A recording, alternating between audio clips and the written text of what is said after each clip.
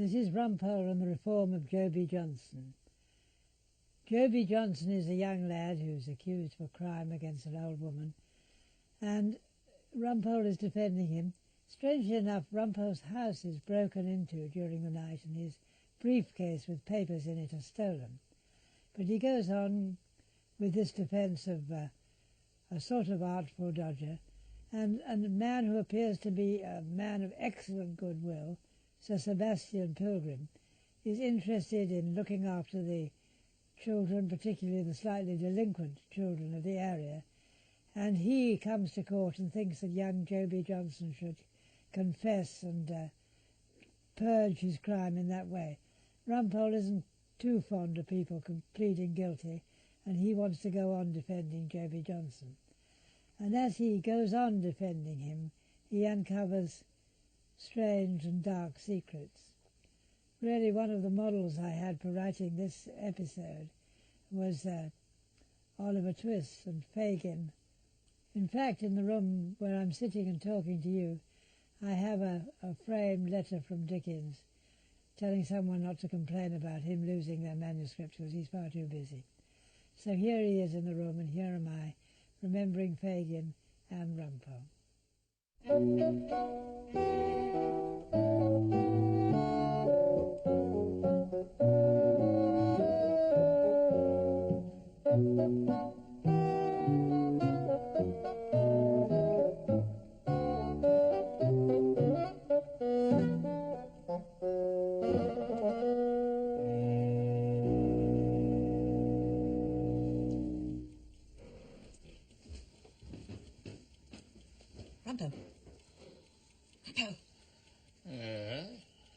Can you hear something?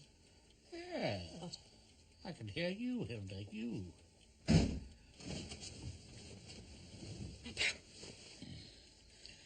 What is it now? Someone in the flat. Of course there is. We are in the flat. We usually are at night. Shh. Don't shush me. I didn't start this conversation. Can't you hear? Hear what? Sounds. Be not afraid, Hilda. The flat is full of noises, sounds and sweet airs that delight and hurt not.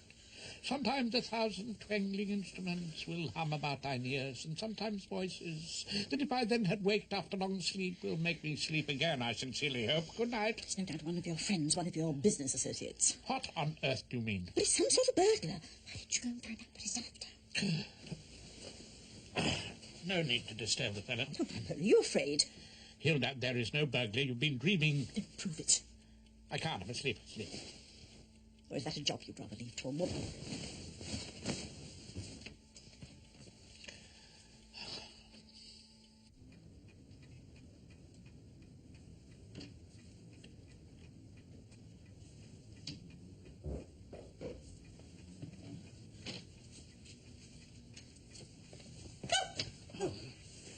All right, Gov, it's a fair cop.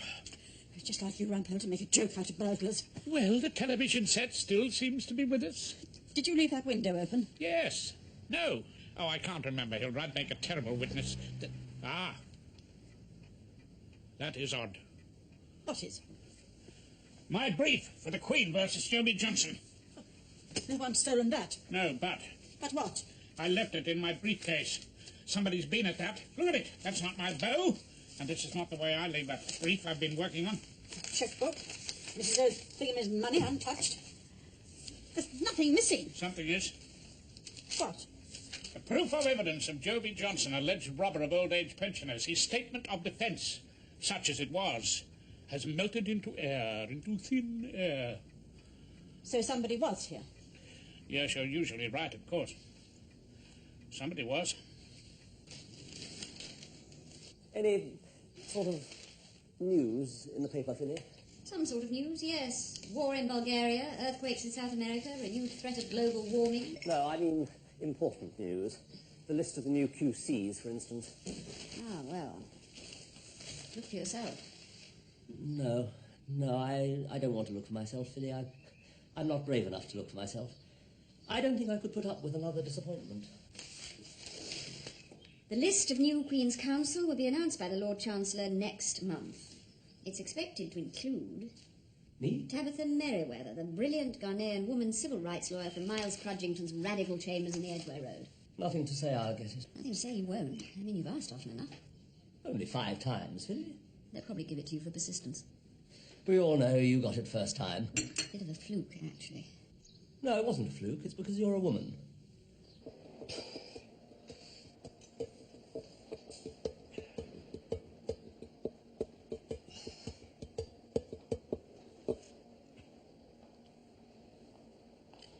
Doing your fitness classes, is you, Joby? Getting into shape to beat up someone else's granny. That's a brave boy. Going 3 rounds with an old lady takes a I'll never be arguing with this boy. But I haven't been convicted. Ah, he's innocent.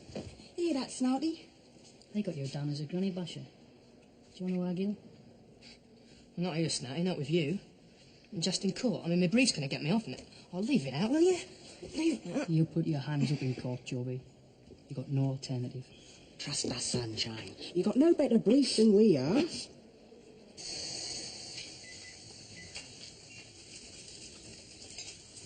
Ah, Erskine Brown. Ballard. I thought you'd be glad to know your name cropped up when I was speaking to old Keith from the Lord Chancellor's office. Did it, Ballard? Did it really? Naturally, he was interested to hear my views, as head of chambers, on your application for silk. Interested? Was he really interested? I mean, they're taking my application seriously. Well, naturally they take it seriously. Keith was saying it's become a sort of annual event, like Christmas. You mean they look forward to it? Let's say they give it their serious consideration. And I was able to let him have my views very fully. Thank you, Ballard. Thank you very much. Yes, of course. Yes, I said I did not think there would be any repetition of the incidents in which you've been involved in the past, such as the complaint I had to deal with, lodged by our new typist, Miss Clapton. You told Keith from the Lord Chancellor's department about that? Yes, I felt it was my duty. It was some evidence which the Lord Chancellor might have to consider of your lack of gravitas. My lack of what? Bottom. What? It might be some indication that you are not fundamentally sound. You said that to Keith from the Lord Chancellor's department. And I said it in your own best interests. You pompous prick! I don't think I heard that, Erskine Brown. Oh, yes, you did, Ballard. And if you don't know what it means, I suggest you ask Dot Clapton. It's a view of your character quite commonly held at number 3 Equity Court. Pompous?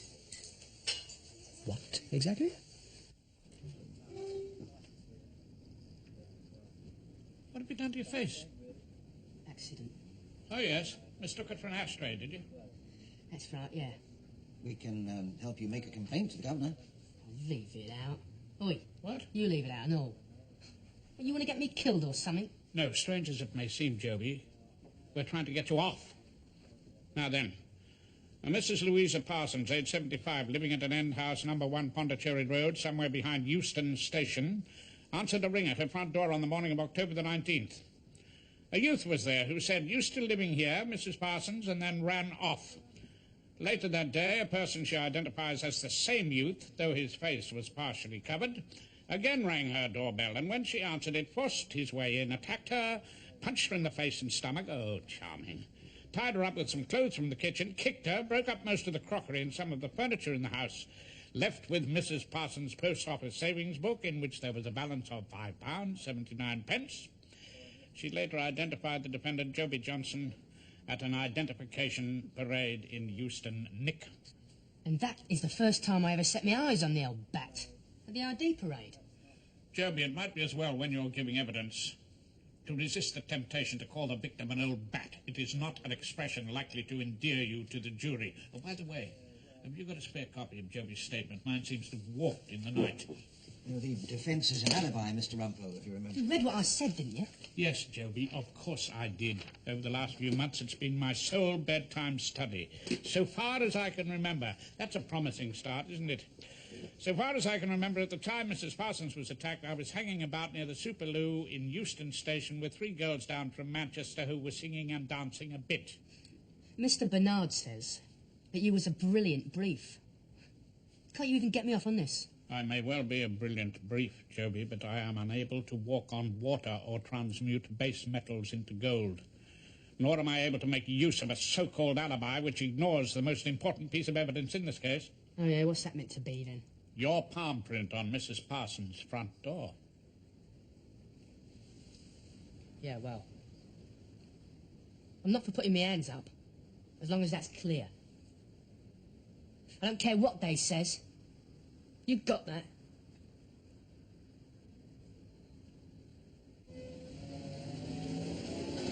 Oh, not exactly the most likeable young man, Mr. Rumpole. Mr. Bernard, that is the understatement of the year. Do you know what's deteriorated since the good old, bad old days? The character of our young offenders. Where have all the artful dodgers gone? And where are all those cheerful cockney pickpockets that stuck their thumbs in their waistcoats and says, "Watch 'em, you cocksparrow"?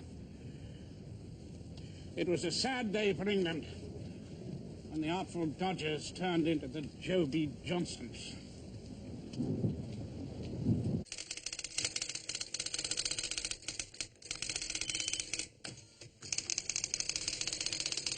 Dot. Yes, Henry? I couldn't have better staff than you, Dot. A senior clerk would not wish for more efficient staff, or more pleasant, and I've done my very best to make you feel thoroughly at home here in Equity Court. But, well, a barrister's chambers is, well, a barrister's chambers. You got some criticism of my typing, Henry? Quite frankly, Dot, your typing has been little short of perfection. Or at the speed at which I get the fee notes out? You get the fee notes out, Dot, at the speed of light. What I wanted to say was, well, barristers. I mean, some of them are what I suppose you'd call old-fashioned. Old-fashioned? I'd call them museum pieces, still in Y-fronts and braces if anyone cared to look. Yeah, yeah. Something amusing you, Mr. Erskine Brown? No, really nothing, Dot, honestly nothing. It's just that... well, I haven't had much to laugh at recently, that's all. I say, Doc, congratulations. That's what Chambers need, someone to make a statement. After all, we're not all clones, are we? We're not all imitation male lawyers in pinstripes. We're the great sisterhood of free spirits. Are you, Miss Probert? I'm just trying to get on with Mr. Inchcape's typing. Dot, there's a couple more pages of the particulars of negligence. Well, leave them here, Mr. Inchcape. I'll make you my top priority. Mr. Rumpole? Yeah. It's the office of the Under-Secretary at the Home Office. I wonders if you'd find it convenient to call in for a brief word. Oh, does he really? Tell him we'll try and fit him in with my other engagement. Sorry, no, I'll have to call you back on that one. I have to find a little window of time in Mr. Rumpole's diary. Right. Henry? Yes, Mr. Ballard? I shall have to call a Chambers meeting on the most serious situation that has just arisen. I hope you will all be able to attend as a matter of urgency. I don't know about that, Ballard. It depends on my business with Her Majesty's government. Tom Mottram, Under-Secretary Home Affairs, with special responsibility for prisons. I'm the fellow who tries to keep them in. Horace Rumpole, Counsel for the Defence. I'm the fellow who tries to keep them out. Good. Was that good, Elspeth? Elspeth Dodds, Parliamentary Private Secretary. Hello. Do come sit down, Mr. Rumpole. You may have wondered why I asked you to drop by. Please. Here. It's about a young lad called Joby Jonson. Oh, really? I'm a constituency MP. I hope a good one. I've had Joby Jonson's mother round at my surgery week in, week out, poor woman. She really is quite distracted. I expect she is. I've told the old girl that I'd see he was properly defended. Of course, I was delighted to hear you were appearing for him. I know you'll see that he doesn't make things worse by putting up some sort of stupid defence. So can I tell her he's being well looked after? Oh, yes, he's having the time of his life. Banged up for 23 hours a day in a 7-foot cell with a couple of chamber pots, and a sworn enemy that passes the time by stubbing cigarettes out on his face. And, of course, Joby Jonson is entirely innocent. Innocent? That's interesting. Is that your view of the matter? As innocent as we all are, until 12 fellow citizens come back into court and tell him he's guilty. You're giving us your courtroom performance. It's very good. Isn't it, Elspeth? Oh, very good indeed. I was merely trying to point out the conditions endured by prisoners on remand. Worse than they were 100 years ago. We know that, don't we, Elspeth? Only too well, I'm afraid, Mr. Rumpole. And our minister will be the first to agree with you. Then why doesn't your minister do something about it? Unfortunately, we live in a democracy. We have to listen to the instructions of our masters with the votes. So we prefer to leave prison reform to the private sector. People like you, of course. And Seb Pilgrim. Who? You don't know Seb? He runs YERT. Runs what? Youth Enterprise Reform Trust. You must have heard of Sir Sebastian Pilgrim. He's an absolutely splendid fellow. carried his bat for England. He does wonderful things with hopeless cases like Joby Jonson. Teaches them cricket, gives them a bit of pride in themselves. Really reforms their characters. You two should get together. Oh, really? Do you think so? I've never carried my bat anywhere.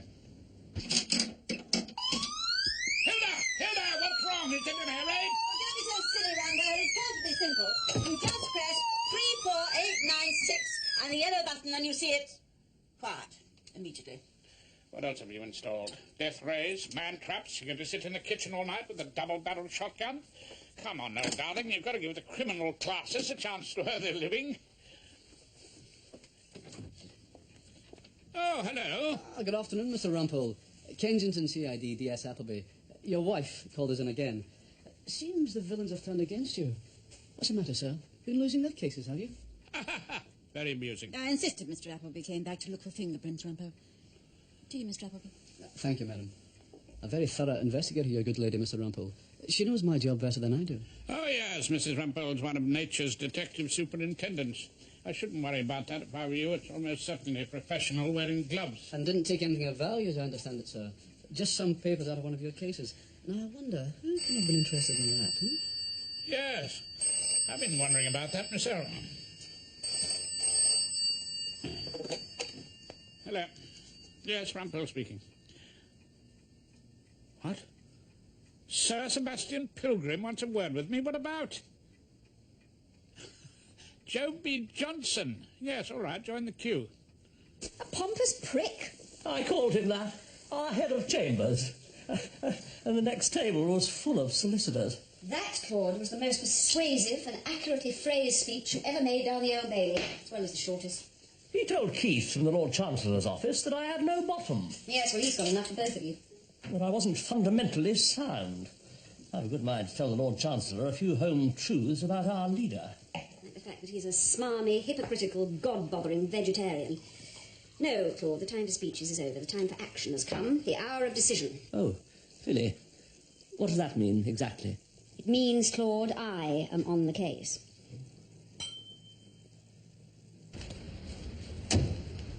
Mr. Rumpole. That's me. I'm Fred Bry. I've come to take you to Sir Sebastian Pilgrim. Thank you.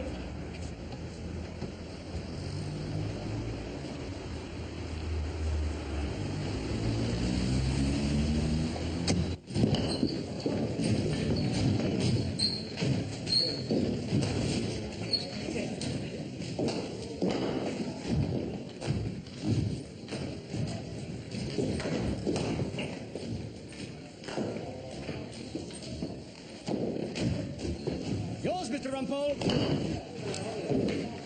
Oh, I'm sure it's yours. Fancy a go at the wicket? Oh, not in the least. I'm allergic to any form of sport. Except for teasing Her Majesty's judges. You're very famous among our lads. You're not allergic to a drink, I hope. I thought you'd never ask. I'm sorry, Mr. Rumpole. The lads have voted this smoke-free zone. Oh, really? What are you running here, a monastery? Very funny. Delightful wit. That's what old Tom Mottram told me about you. No, I don't make the rules. The boys do. Self-discipline. That's the name of the game. Oh, I thought it was cricket. No alcohol, no smoking, and, of course, if anyone catches one of their number dropping an E... A what? Ecstasy. Anyone indulging in any sort of drug gets a hard time from the other fellows. A very hard time indeed. It's no good imposing rules from above. How's the coffee? I'm afraid we're not up to your gastronomic standards, Mr. Rumpole. We have more important things to think about. Yes, Joby Jonson, for instance. Ah, yes, Joby. I must admit I'm worried about Joby. Most people seem to be. What we find here is that the first step to reform is to admit to what you've done, if only to your mates. Plead guilty, you mean? Even if you only admit it to yourself. Look over there, what we call our quiet corner. What is it, a prayer meeting? Oh, yes, something like that. Now, the young lads over there are coming out with all their crimes. They talk them through, and then Fred Bry tells them where that sort of thing leads. Your driver? And Fred should know. He'd just done 6 years for robbery when I found a job for him. So you believe confession's good for the soul, do you? Don't you? Oh, perhaps. It's not much good at keeping you out of the nick. If you could just get him to admit what he's done, if only to himself, you could get him to face up to it, not to tell any silly lies. It could be the beginning of his way back to reality. It could be the beginning of about 5 years in Chokey. He's come here often over the last 2 years. He's had his talking sessions in the pit with Fred and the other fellows. I just don't want to write him off. It's one of my failures. I'm sure we both want to do what's best for him. I'm sure. Well, tell me, what can I do to help? Well, I could call you as a character witness. A bit more impressive than a shrink or the local vicar. I call Sir Sebastian Pilgrim, who carried his battering ram. You can count on me, Mr. Rumpole, I tell you. You can count on me. You were talking about Joby, Mr. Rumpole. You and Seb? Oh, yes, we were, yes. Big disappointment to us, Joby. Terrible disappointment. We did our best with Joby, Seb and me. We both tried hard. Still, it's over to you now, Mr. Rumpole. Get the boy to own up to what he's done. It's the only way. Certain standards of civilization have to be maintained at Equity Court. I mean, we couldn't have people turning up in war paint, could we? No, Sam, you're absolutely right, of course. Well, thank you very much, Mrs. Erskine Brown. I don't see why not. What'd you say, Rumpole? I said I don't see why not. I'm all for anything that adds a bit of drama to the surroundings. Now, if you'd come into the clerk's room this morning, Ballard, wearing full war paint, waving an assegai on your way to a particularly bloody summons under the red stamp... Rumpole, we are at something of a crisis in Equity Court. I mean, if this sort of thing goes unchecked, we could be off down the slippery slope towards... What? Suede shoes. What? They tell me there are men in Miles Crutchington's set who go into chambers wearing suede shoes. Shock horror. Yes, so you see what this sort of thing can lead to. Oh, you're so right, Sam. That is the most terrible warning. I agree with you, Ballard, 100%. Dot was making an unacceptable statement of female submission. It was nothing but a kind of harem signal to any would-be sheikh foolish enough to take her up on the offer. Dot's knows, not to put too fine a point on it, is politically incorrect. Erskine Brown, do you not have an opinion on this matter? Oh, I don't imagine I've got enough bottom to express an opinion. What? Gravitas. Ballard doesn't think I've got enough of it. Gravitas. Sounds like a breakfast food. Well, sorry, it must be off pressure of business. Can't spend any more time on this discussion, fascinating though it may be. Just before you go, Rumpole, I suggest we leave all further action in this matter to our head of chambers. I'm sure Sam Ballard will deal with it with his usual wisdom. You feeling quite well, Portia? Oh, perfectly well, thank you, Rumpole, yes. I'm positive that Sam can be trusted to have a tactful word in the appropriate quarter. Can't you, Sam? Oh, Inchcape. You didn't say what you thought about the rich ornament in Dorothea Clapton's nostril. To be quite honest, Rumpole, I never even noticed it was there. Oh, did you not? No. How very interesting. Hello, Dot. I just popped in to see what's on for tomorrow. Mr. Rumpole, I wanted your advice. Now, well, I don't have any opinion one way or the other. I suppose it does add a touch of colour to chambers. What adds a touch of colour? Oh, nothing in particular. About my dad. He lives not far from here, actually. Oh, I thought you and Henry hailed from Bexley Heath. That's where my mum lives. They split up when I was about 7. Oh, I'm sorry to hear that. Don't worry, it wasn't a great tragedy. My dad's an awkward sort of customer. Call him bloody-minded and you'd be paying him a compliment.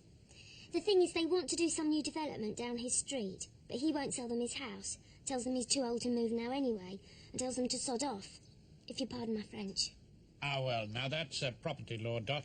It's hardly my spécialité de la maison. Now, if your dad had committed a murder... Perhaps he will if they go on asking him to sell up. They send people round with letters now telling him he's got to move, and what a lot of good it'll do him. He's got them ringing on his doorbell all hours. Oh, that must be highly irritating. Well, where does he live exactly? McGlinty Terrace. Oh, yeah? Round behind Euston Station. Do you know the area? I think I might do, yes. You were superb today, Sam. Well, thank you for your support, Mrs. Erskine Brown. Phillida. Yes, of course, Phillida. Think nothing of it. What I admired was the way that you managed to dominate the proceedings, and yet everything was, well, fun. Well, I do try to make our chambers meetings enjoyable occasions. And you succeed, Sam, you really do. I suppose it's just your personality. Really? Do you know something? All these years that you and I have been the only two silks in chambers, do you know, we've never had lunch together. Doesn't that strike you as rather strange? No. Not really. No. I mean, you're a member of Inner Temple, and I'm at Gray's Inn, and we've just never had lunch in the same place. Sam, why don't you invite me? All right, then. Phillida, I will.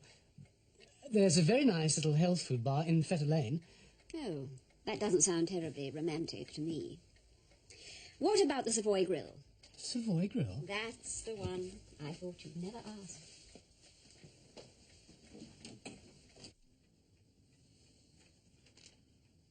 There's a profile of one of your friends here, Rumpole. You ought to be proud of him. Oh? What friend is that? Well, not one of your criminal classes, certainly. Not one of your beloved burglars who entered by way of the fire escape to robbers. No, this is someone you ought to be proud of. You might invite him round to dinner one night. Invite who round to dinner, Hilda? Sir Sebastian Pilgrim, one-time all-rounder for England. Seems he spends much of his time trying to reform young criminals. You don't spend much of your time trying to do that, do you, Rumpole? That wouldn't be your sort of thing at all. Neither is cricket. He's also a brilliant businessman, chairman of Maiden Over Holdings. Seb told his shareholders recently, "I believe in England." Oh, good for him. I suppose the rest of us think it's a figment of our imagination, do we? He was in partnership with Tom Mottram, MP, until Mr. Mottram joined the government and resigned all his directorships. They're planning to build a multi-storey hotel and shopping centre. Tom Mottram. So, that's the connection. Did they say where this monstrous carbuncle is going to be dumped? Why, you were thinking of investing? Oh, perhaps a little of my time. Behind Euston Station. I've been away such a lot doing these boring big cases all over the world. I didn't realise what I was missing. Didn't you? And what were you missing, exactly? Well, to be honest, Sam, my head of chambers. What head? Well, in a word, you. I do think about you quite a lot, you know, when I'm all alone in places like Hong Kong. You think about me in Hong Kong? Mm. You don't mind, do you? Well, no, of course not, Mrs. Erskine-Brown. Phillida. I mean, I can't stop you thinking about whoever you like, Phillida. But I've never been to Hong Kong. Oh, yes, you have. In my thoughts. Really? I didn't know. Oh, Sam, I can see you've had lots of practice chatting up women over lunch. Well, not really, no. I quite often send Miss Clapton out for sandwiches. Which reminds me, I've asked Henry to have a tactful word with her about the subject we were discussing. Her nose? Yes, exactly. Splendid. Takes a real man to act as decisively as that. You know, the odd thing is that Claude believes that he might do better with the Lord Chancellor if he were a woman. What do you think of that? I think that's very silly. So do I. I mean, Claude Erskine-Brown couldn't possibly be a woman, could he? I think he found it extremely difficult. Yeah, so he might just as well forget the idea and settle down to being himself. I think that's what he's afraid of. He said you'd had a little chat about his application with Dear O'Keefe from the Lord Chancellor's office. Yes, Erskine-Brown didn't seem too pleased about that. In fact, he used an expression which I couldn't possibly repeat. Well, not in a public place. Oh, that's right. Yes, he called you a... Phillida, par devant le waiter. Is this champagne? Of course it is. Did I order this? Of course you did. I think you wanted to celebrate the fact that we're going out together at long, long last. Causes a rather curious sensation in the nose. You've got to forgive Claude. He had a deprived childhood. That's the sort of language chaps pick up at Winchester. You didn't think he ought to take silk? In his own best interests, Phillida. Oh, you're fibbing, Sam. You were thinking entirely of me. Was I? You thought that I'd get less leading briefs with Claude competing. Hmm? Well, look, I want to be entirely honest with you, now that we've become real friends. Do you? Of course I do. And I want you to be the first to know. I shan't be looking for leading briefs in the future. You shan't? I'm leaving the bar. Phillida! For good. I've made up my mind. Oh, don't look so sad, Sam. I'm not leaving the country or anything. We'll still be able to meet. And, you know what might make it really easy for me? Easy? If Claude were away in, let's say, Hong Kong, doing leading briefs for long periods of time, you and I could have lunch together. You'd like that, wouldn't you? Yes, Phillida. I believe I would. Look, do me a small favour. Help us both. How? Just pick up the phone to dear O'Keefe in the Lord Chancellor's office. Tell him there can be no possible objection to Claude being entirely wrapped in silk, even though he is a man. And that would make it easier for you and help you and Claude? It would help you and me, Sam, considerably. Here's to us both.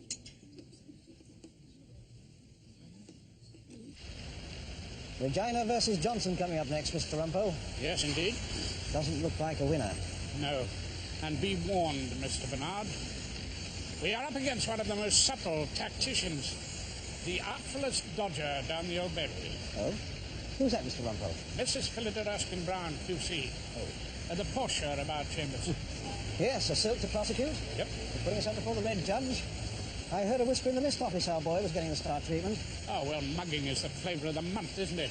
The powers that be want to show that they're all terribly concerned. Still, never despair, Bonnie Bernard. There are still a few things we can do. Oh, such as? Oh, just routine inquiries. Here you are. There. Get in touch with a Mr. Clapton of McGlinty Terrace. That's round near Euston Station. See how far that is from Pondicherry Road, would you? Oh, and discover everything you can about these people. What? No. Maiden Overholding. Maiden Overholding, yes, and any estate agents that they might employ. Oh, and while we're still on the subject of young Dawkins. Dawkins? Dawkins? Who's Dawkins, Mr. Rumpole? Oh, John Dawkins, the original Artful Dodger. Let us not forget that he was only part of a much wider organisation being run from old Fagin's thieves' kitchen. I don't know if you've had much experience with this judge, have you, Portia? Graves? No, never been before him. You? To my deep regret. Silence in court. All stand. Mr. Injustice Graves is an absolute four-letter man. He's humorless, tedious, unsympathetic, and unjust. In a word, Portia, our judge is a complete pain in the fundament. Mr. Rumpole, it may come as a surprise to you to know that the acoustics in this court are absolutely perfect. And my hearing is exceptionally keen. And I can hear absolutely every word that is spoken on counsel's benches. See what I mean? Oh, Henry, it's still there. I saw it this morning, the undesirable ornament. I thought you were going to speak to Miss Clapton. Didn't the Chambers meeting decide as you were going to do that, Mr. Ballard, as head? Yes, they most certainly did. And I deputed the task to you, Henry. No, I'm sorry, sir, but no. That is well outside normal clerking duties. It's not for me to make personal and provocative remarks to valued staff. Very well. I shall have to do it myself, but not now. I'm due before the recorder in 10 minutes. Is Mrs. Erskine-Brown in this court? She is indeed, sir, prosecuting Mr. Rumpole. Yes, well, I expect she'd appreciate it. I just popped my head in and said good morning. We say that Jonson viciously attacked this lady, old enough to be his grandmother, and robbed her of what were no doubt her small lifetime savings. £5.79. Did you say something, Mr. Rumpole? I was just reminding my learned friend, my lord, that the amount concerned in this case is exactly £5.79. Mr. Rumpole, I have no doubt we shall be hearing from you later. Now, I think we might let Mrs. Erskine-Brown open her case without any more frivolous interruptions. Yes, Mrs. Erskine-Brown. Yes, Mrs. Erskine-Brown.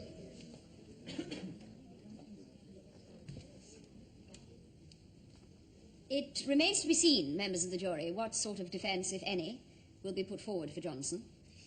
It is alleged that while this appalling attack was taking place, Jonson was dancing with some girls from Manchester outside the Superloo at Euston Station. What is a Superloo exactly? It is, I believe, my lord, a kind of superior lavatory. Kind of superior lavatory. Mm-hmm. McGlinty Terrace, there we are. Turning off Pondicherry Road. Right behind Euston Station. Did you say something, Mr. Rumpole? Oh, nothing more at the moment, my lord, no.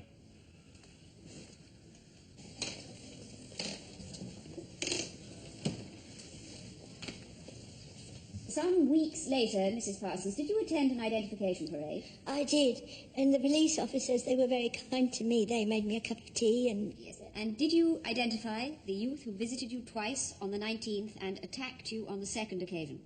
There he is. You are pointing to the defendant, Joby Jonson. Thank you very much, Mr. Rumpole. I managed to get copies of the letter to your friend, Mr. Clapton. Not a friend, just the father of a friend. Thank you, Bonnie Bernard.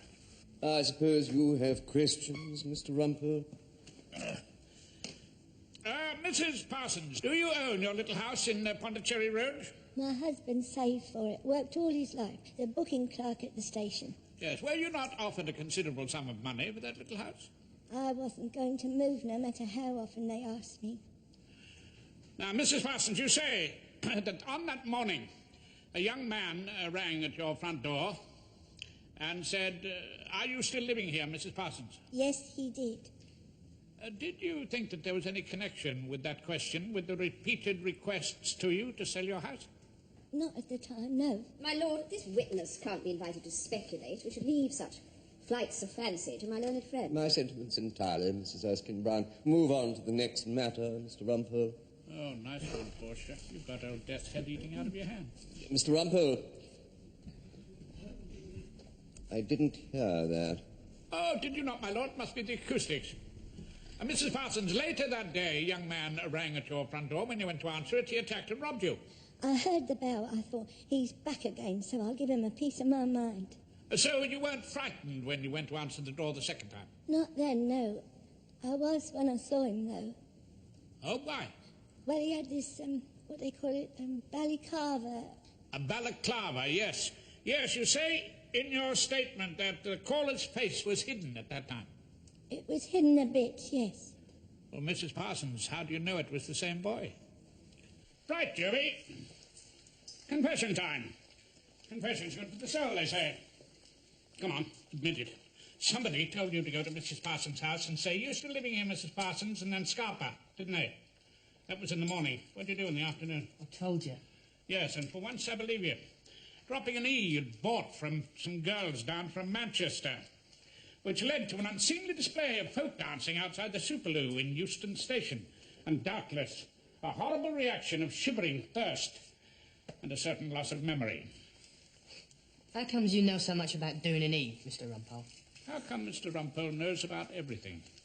I know you went to that house in the morning because your palm print was on the door and Mrs. Parsons saw you. That's why she picked you out at the ID parade. I know you did not go there in the afternoon because the group you worked for was so desperate to find out our defence they burgled my flat. They're dead scared you're going to tell the truth, Joby. They're scared you're going to tell them that another lad came after you and did the serious business. You're going to have to tell the truth before this case is over. What's this group you're on about? Oh, don't you play games with me, Sunshine. You know perfectly well who I mean. You are Sir Sebastian Pilgrim? I am. Needing no introduction to us, I'm sure. At least not to those of us who witnessed your century against Pakistan at Lord's in your final test. I've no doubt the jury remember. And do you run an organisation called the Youth Enterprise and Reform Trust, allegedly to help young men who have fallen into criminal ways? Once again, Sir Sebastian, your wonderful work with Yacht is well known to many others. I do run that organisation to help delinquent boys, yes. I don't know why Mr. Rumpole uses the word allegedly. No doubt a slip of the tongue, wasn't it, Mr. Rumpole? Not exactly, my lord, no. If I may go on a little, my meaning will become clear. Are you also the chairman of Maiden Over Holdings, which plans a development behind Euston Station of a large hotel and a tourist shopping centre? I am. And weren't you having trouble with certain householders who refused to sell their homes to you to make way for this magnificent and palatial development? No particular trouble. Oh, were you not? Usher. Do you employ, among others, a firm of estate agents called Jebba and Jonas? The name's familiar. Oh, please answer the question. Do you employ them or not? From time to time. Is that a letter from Jebba and Jonas to a Mr. Peter Clapton of McGlinty Terrace, asking him to sell his home to make way for a new development? It would appear to be so. Was that your hotel development? I don't know anyone else with similar plans. Perhaps no one else is so anxious to invest in the future of this great city, Mr. Rumpole. And was a Mrs. Parsons of Pondicherry Road another householder who refused to sell her house to your company? I really don't remember. Oh, do try. In any event, I'm sure she was made a very fair offer. Sir Sebastian, do you hold the view that delinquents should admit what they have done and tell the truth about it? Oh, yes. I believe that is the start of reform. Do you really want Joby Jonson to tell the truth about this case? Yes. Very well. He came to your club after having been in trouble over some minor matters. Yes. My lord, I thought there was some good in the lad. I hoped I might make rather a useful spin bowler out of him. Not so useful as you, Sir Sebastian, if we remember the Australian wickets in 1975. Went down like ninepins, members of the jury.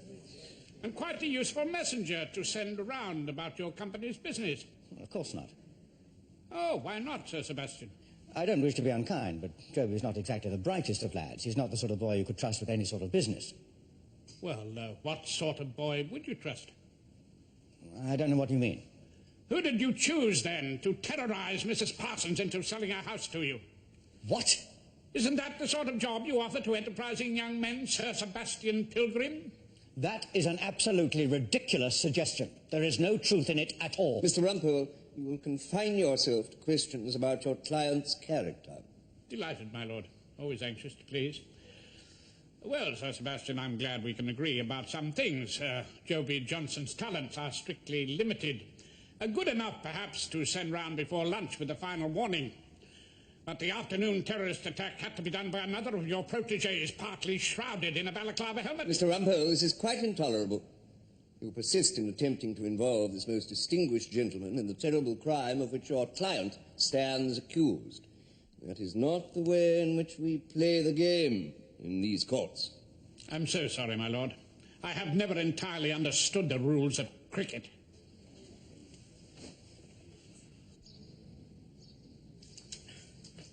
Oh, Dot, give my regards to your dad. Tell him he's been a great help. Are you going to win, Mr. Rumpole? I have hopes. Dare I say, great hopes. Oh, tell him to watch out for young men in balaclava helmets. I reckon Dad can look after himself. He's an old terror, Dad is.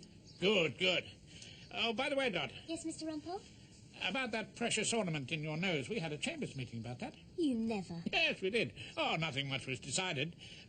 Young Dave Inchcape. Yes, Mr. Rumpole? He said he'd never even noticed it. Oh, Philida, I did it a couple of weeks ago. Congratulations. Did what, exactly? Spoke to old Keith from the Lord Chancellor's office. I told him I'd been quite wrong about Claude, and that recently he'd been showing a good deal of gravitas. How about Bottom? Yes, quite a lot of that, too. Oh, good. Good. Well, I'm glad you put that right. So, Philida, so how about lunch? Honestly, it really is very nice in the health food bar, and there's a little corner table. And I wouldn't have to send a taxi back to Chambers like last time for an extra sub from petty cash.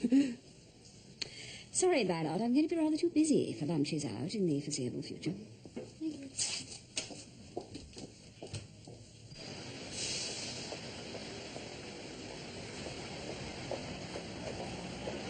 Could I just glance at the Times?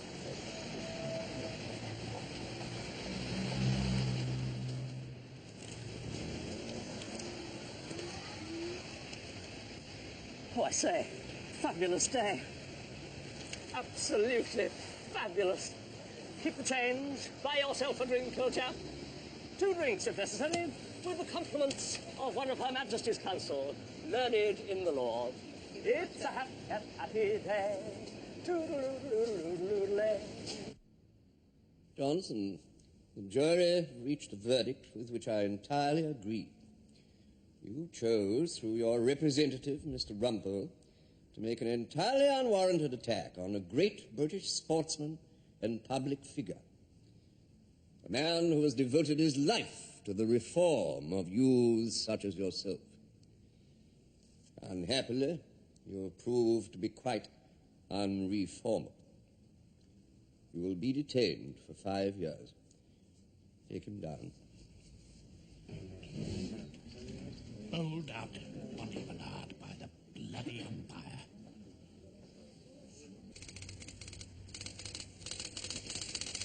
Excuse me, sir.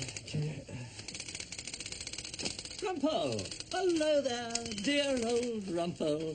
You've read the Times today, of course. No, not much of it. I've had other things on my mind. The silk list. I shall be leading you, my dear old fellow. I shall be sitting in front of you. Well, after today's result, I probably deserve it. It's gone. Thank you, Henry. I've said nothing, Mr. Ballard, it not being my place to advise staff on such matters. Yes. Well, no doubt she understood my feelings on the matter. And now we have Miss Clapton's nose in a state of decency. Well, that's another rather difficult problem in Chambers solved. My sole success. Oh, Erskine Brown, by the way. Congratulations. Oh, thank you, Ballard. Seems that gravitas is no longer called for. No. I meant your wife. Philly. You must be very, very proud. What about Philly? Well, haven't you seen the front page with the photograph? No, I was only looking for the silk list. Good heavens. Well, she never told me. Mrs. Erskine Brown never told anyone, not even her clerk. Oh, Portia, how thou art translated. So that's what she meant when she said she was leaving the bar?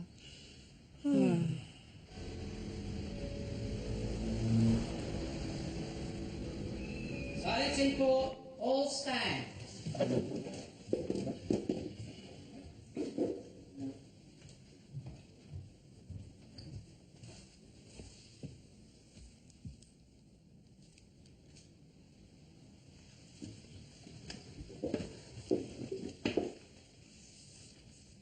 If your ladyship pleases. Yes, Mr. Erskine Brown. Your ladyship has, of course, with your ladyship's usual firm judgment, put your finger upon the heart, the very nub of this case. Mr. Erskine Brown, if you have a point, please get to it.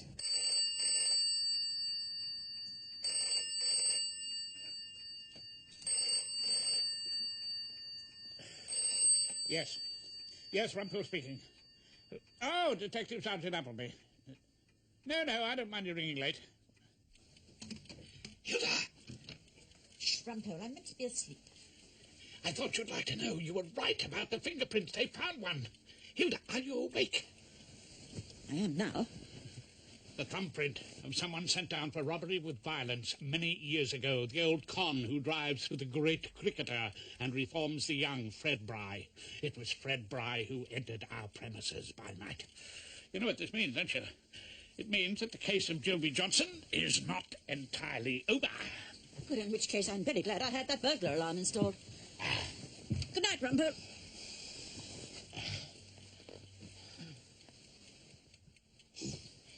Hilda? Yes? You still awake? Yes, unfortunately. Thank you for insisting about chasing up those fingerprints, Hilda. Well, it just goes to show how important it is to have a woman on the case.